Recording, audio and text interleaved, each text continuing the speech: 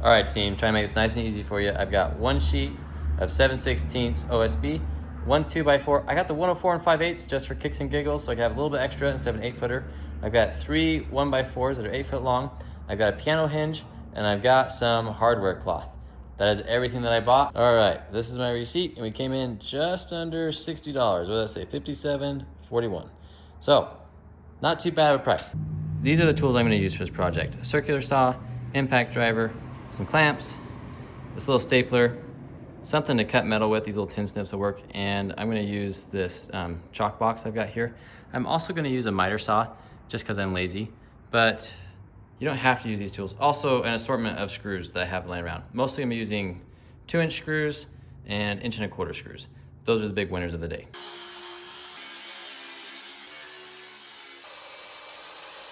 So what I did is this is 4 foot by 2 foot. I got 3 of those out of that sheet. And then this is a 2 foot by 2 foot square. One of these will be the long side, and then the back side, well, I guess the front side, back side, and then the bottom. And then these are the 2 end sides. And then I cut this 2x4. Those are 23.5 inches long. There's 4 of them.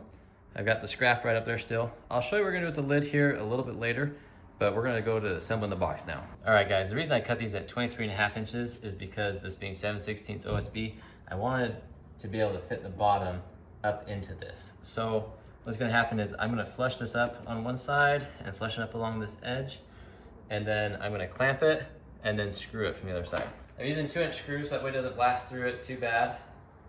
I'm using a Torx head. If you're trying to do this with Phillips head screws, you're gonna have a bad day. It's not gonna be a very fun day for you, I promise.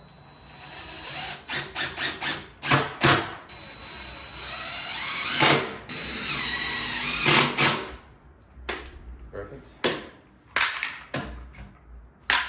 Now we're just gonna rinse and repeat and do that on all the other ones. Okay, I've got those sides on now.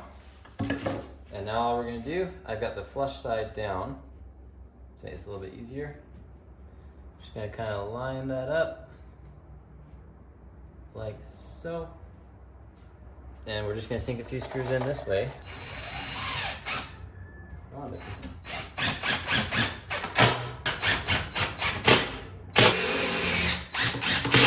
Now if you notice, I'm not gonna run this corner flush to this, because if I do that, my bottom piece won't fit in. So I'm gonna give myself just a little bit of a gap right there.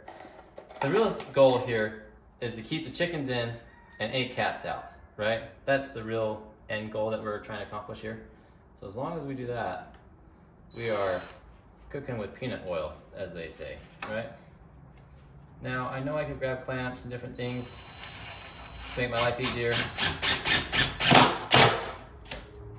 but I'm not. Apparently I'm trying to make my life harder today. I mean, I am getting baby chicks, so. But actually, chicks are pretty easy. I don't know if you ever had them. If this is your first time, comment below. Whew. It's hot today for March.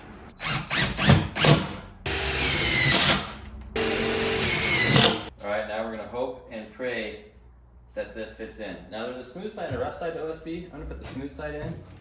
Hopefully make it a little bit easier to clean. Right there. Will it fit? Maybe. Maybe first try. Maybe not first try. We're just a hair long. I'm gonna trim a hair off of this, gangster style. We're just gonna cut the kerf off. Oh, this is very redneck. I'm showing my redneck cuts today. But here we are. Okay. So look, that bottom fits in. Now we're just gonna take, I've got some slightly longer screws. Literally, these are 2.5 inch. It's not that long. I'm screwing into the end grain, which honestly is terrible. It's not good for it. But at the same time, this is only supposed to last a few months. And if it lasts a few months, it's done what it's supposed to do. So now I'm just gonna tack these screws in the bottom like this. And I'm just gonna do that in all the corners now. All right, team, now we've got a box.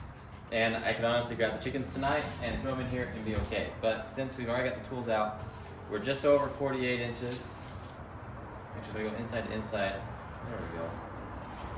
Yeah, we're right about 48 inches there. So I'm trying to work with what I have material-wise. If I do a 2-foot lid, I'll be just short. But honestly, I will make this work. Okay, team, here's what I ended up doing. I've got 2 at 48 1/8, 2 at 41 1/4, 2 at 23 3/4, and 2 at 17 5/8. And now we're gonna make us a lid. Cloth. Go ahead and give it a good little staple right there.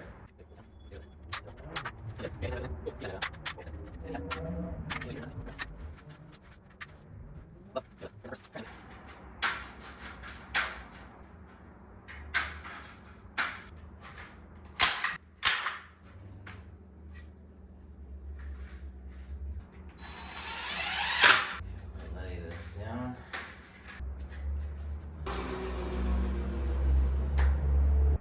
Round 2, 1¼ screws. The 1-inchers were not strong enough by themselves, so.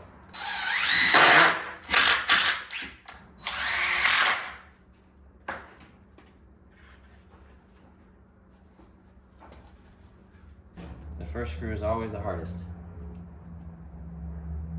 Oh my word, this is gonna be a pain. It's okay. I've done harder things. Can't do anything offhand. But that's not important. Okay, there's Uno. Uno Scaritos.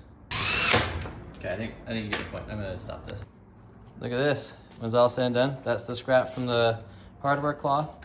That's what's left over from the 1x4s, and that's what's left over from the 2x4. Not too bad. Now guys, we're gonna test out that lid. Opens up nice and easy. And I'm not sure, maybe this is just the magic of YouTube, but somehow little baby chicks got in there. Isn't that awesome?